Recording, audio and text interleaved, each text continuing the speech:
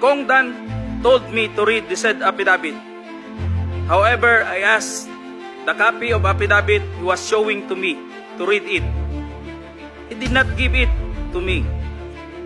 The lawyer of Police Colonel Garma said, ikaw lang ang pwedeng magsabi niyan, sabi ni Colonel Garma.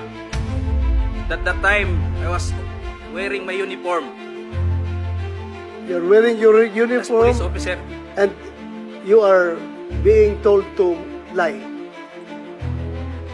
Parang Am I correct? gusto nilang magsisinungaling po ako, Your Honor. Colonel Grijaldo, isa ka sa mga pinapatawag doon sa hearing sa Quadcom. Yes, Your Honor. Well, pwede mong i-share kung anong gusto mong i-share dito sa committee na ito? Yes, Your Honor. Right. Mr. Chair, Your Honors, sa ating lahat, magandang hapon. Allow me to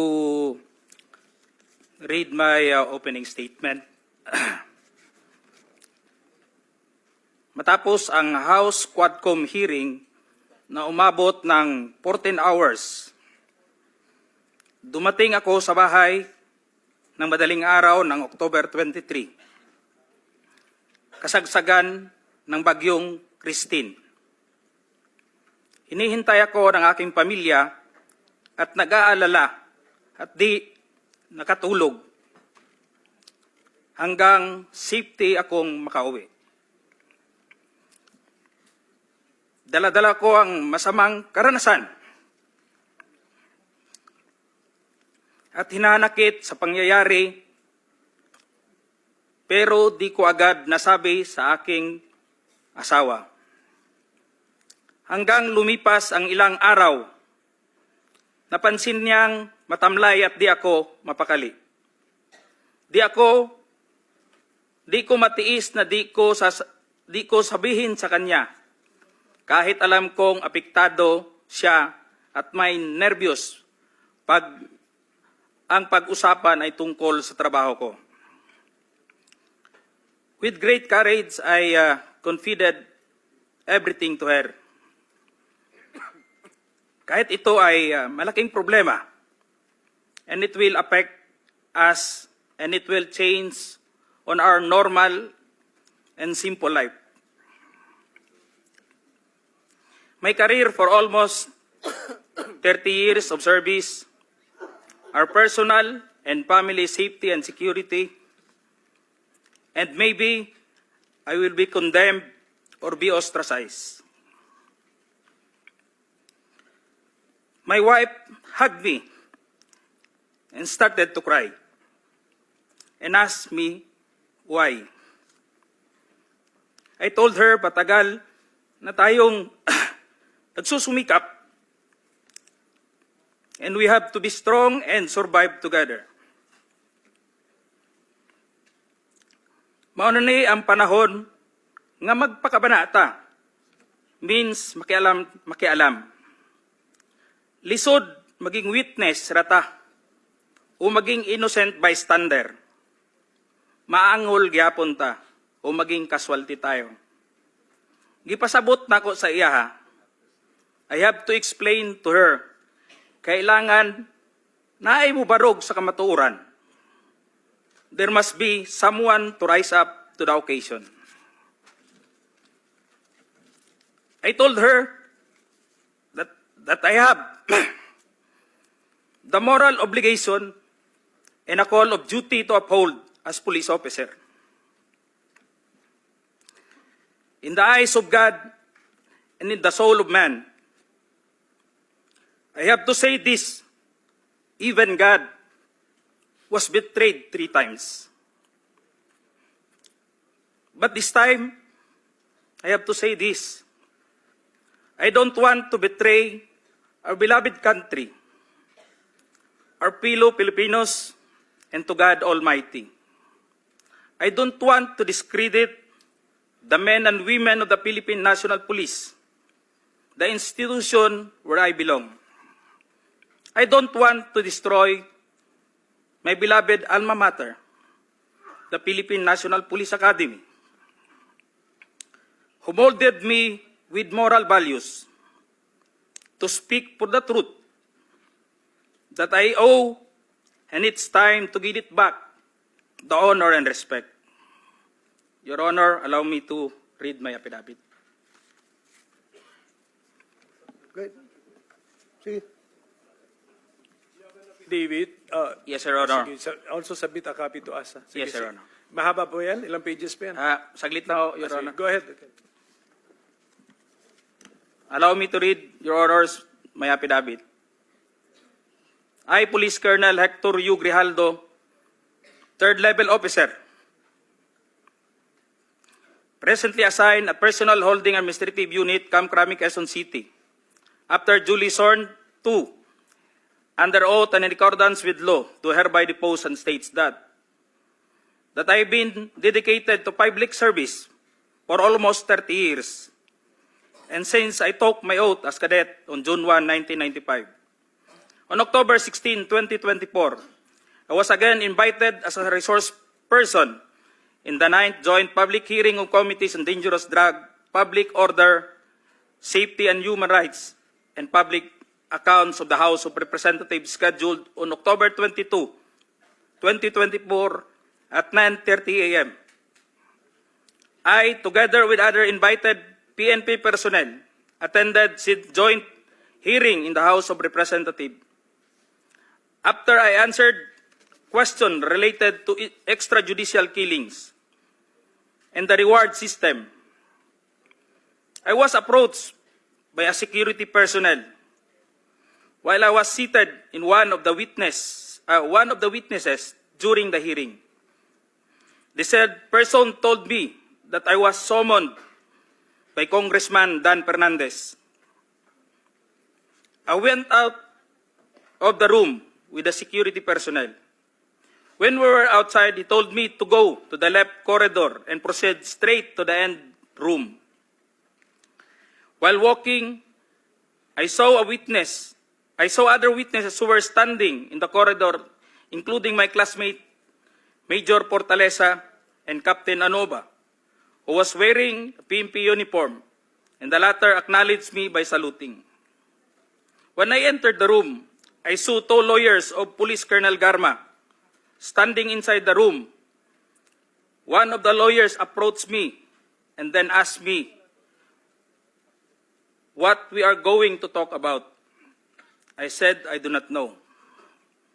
After a while, Kong Dan Fernandez entered the room and he asked me to sit beside him on his right side. And then Kong Abante entered the room, sat far end of the chair on the right. One of the lawyers of Police Karma stood near at my back. Kong Dan Fernandez put the paper he was holding on the table and told me, ito ang sasabihin mong statement na ito.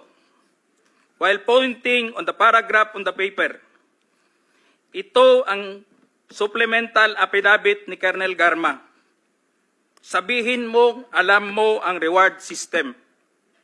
I-confirm mo lang. Kong Dan told me to read the said affidavit. However, I asked the copy of affidavit he was showing to me to read it. He did not give it to me. The lawyer of Police Colonel Garma said, ikaw lang ang pwedeng magsabi niyan, sabi ni Colonel Garma.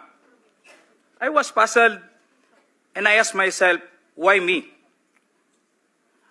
I respectfully told him that I cannot confirm. They are saying as I have not read the affidavit. We went silent for a while. And then Kong Dan Fernandez said, while holding the affidavit, saan ka pwede? Dito, noong 1999, about DDS, alam mo to, pulis ka na sa Davao nito. I politely told him that I was not still with the PNP because I was working with the Bureau of Jail Management and Penology in 1999 that time. After some time, Kong Abante asked me how many years do still I have with the PNP. I answered, I still have 4 years before my retirement. Then he made a remark,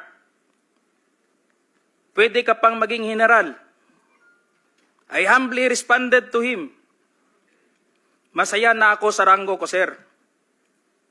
Pagkatapos nito, sir, uuwi na lang ako.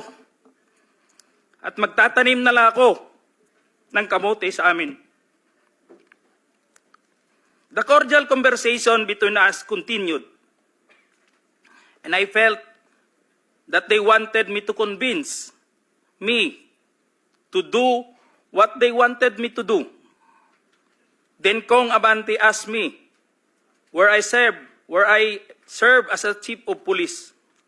To which I answered, Mandaluyong City Police Station. Kong Abante then persuaded me by saying, ikaw naman, Colonel, ganito na lang. Alangan namang walang insidente o pangyayari sa panahon na yon. I answered, and I served as a COP in Mandaluyong during the COVID-19 pandemic, and there were less crime committed. And we did not receive any reward from anyone. I added that we only received funds, additional MOA or support fund, from the Peace and Order Fund of the LGU. I then respectfully told Kong Dan Fernandez that anybody can debunk my statement if I confirm the testimony of Colonel Garma about the DDS in 1999, since I was not a member of PNP at the time. And I have no personal knowledge as to the reward system. Additionally, I said, the work of the policeman are noble and requires great sacrifice, even without the reward or award. It is our moral obligation and a call of duty to serve our country and people. Then Kong Dan asked me, si Colonel Garma, anong masabi mo sa kanya sa Barayuga? I politely told him I cannot comment on the case. When I respectfully answered him, Sir, mahirap yan. Kasama kami sa nag-iimbestiga at hindi ko alam kung anong kinalaman niya at may investigasyon din sa amin, baka ma-incriminate ako, sir. After the discussion, they did not give me a copy of the second affidavit of Police Colonel Garma. I felt that I disappointed them. Kong Dan Fernandez and Kong Abante left the room, while I and the two lawyers of Police Colonel Garma stayed in the room for a while. I presume that they are about to present the second affidavit of Police Colonel Garma. I asked the two lawyers of Police Colonel Garma why they have chosen me. They did not answer me and just stared at me. And that I went back to the hearing room. When I went back to the hearing room, I immediately called the attention of Police Colonel Lito Patay, who were sitting behind the witness table. We proceeded at the back of the lobby area when they suspended the hearing. I confided and discussed to him what happened in the room with Kong Dan Fernandez and Kong Abante and the two lawyers of Police Colonel Garma. That's all, Mr. Chair. Thank you, Colonel Grijaldo. What motivated you to speak before this committee?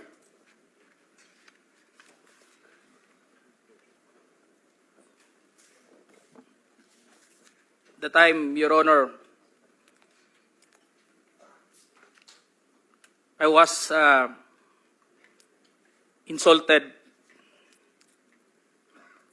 and it is very offensive. And I think it is inappropriate for anyone to act like that. Meaning, you feel that you are being coached to make that statement? Yes, Your Honor.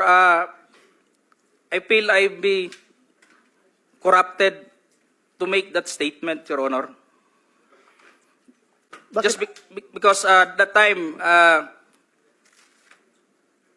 habang nag-uusap-usap, habang nagkakaroon ng deliberation doon sa hearing, Your Honor, hindi ko alam kung may present nila si Colonel Garman that time, Your Honor, na mag-ano nung second supplemental, ay yung supplemental affidavit niya. So do you feel harassed? Did you feel harassed? It's an harassment and very offensive, Your Honor, and uncalled for anybody. That time, I was wearing my uniform You're wearing your as uniform police officer. and you are being told to lie. Parang Am I correct? gusto nilang magsisinungaling po ako, Your Honor. So, Colonel Grijaldo, I would like to thank you for your courage. I'm sure maraming police ngayon nanonood, and if you have observed, mabuti na nagsalita ka, dahil if you have observed the way they are treating policemen in the Quadcom, it's very hard. I feel them. I feel them. Because naging police din ako. Kapag sasabihan ka lang, answer yes or no. You can only answer yes or no. You're not allowed to explain yourself. So, para bang you are being deprived. You are being deprived of your right to explain yourself. Kaya lalong-lalo na kapag ikaw itinuturuan na itong sasabihin mo, itong paragraph sasabihin mo, o dito, pwede ka ba dito?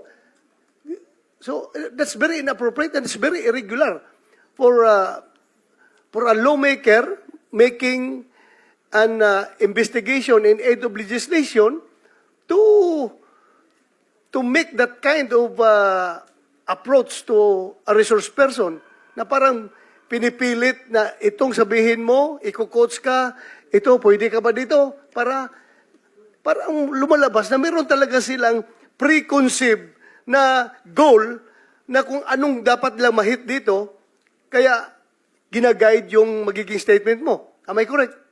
Yes, Your Honor. So ngayon,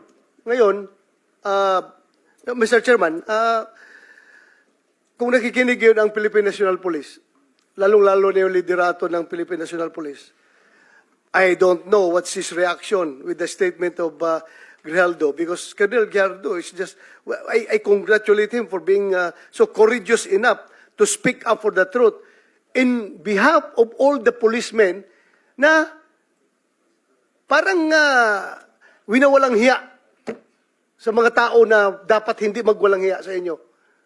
Ay, kung nakikinig yun ang Chief PNP, I hope this is your person, this is your man. Dapat dipinsahan ninyo ito. Huwag ninyo itong ilagay sa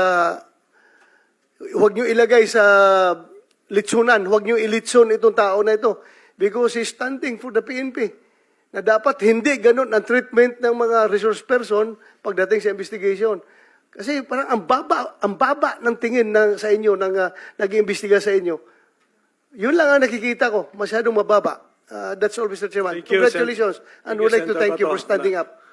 Your time has also expired. But sige nga, the long and short of it, yung may clean kwento, kasi hindi ko naman napanood buong Quadcom, kayo ba ay tumistigo sa Quadcom din, finally? Nagsalita rin kayo ron? Yes, sir. We were already at the... Nag-affidavit ka doon? Nagsabit ka Wala po kaming Wala ka inapidapit. We're just... So, ilang speaking tanong lang to ang the sinagot mo questions. doon? Ilang tanong? Tungkol saan? Anong The topic? last time that I was asked by Congressman Paduano, it's all about the operation sa Oron, Your Honor. Oron? Sa Oron, One yes, particular operation. Yeah. Sa first appearance mo. Second appearance mo. Anong Your topic? Honor, the first appearance on September 27, it's all about about EGK that time, Your Honor. Sige, basta wala kang affidavit, so makikita No, Your na Honor. natin. Okay, so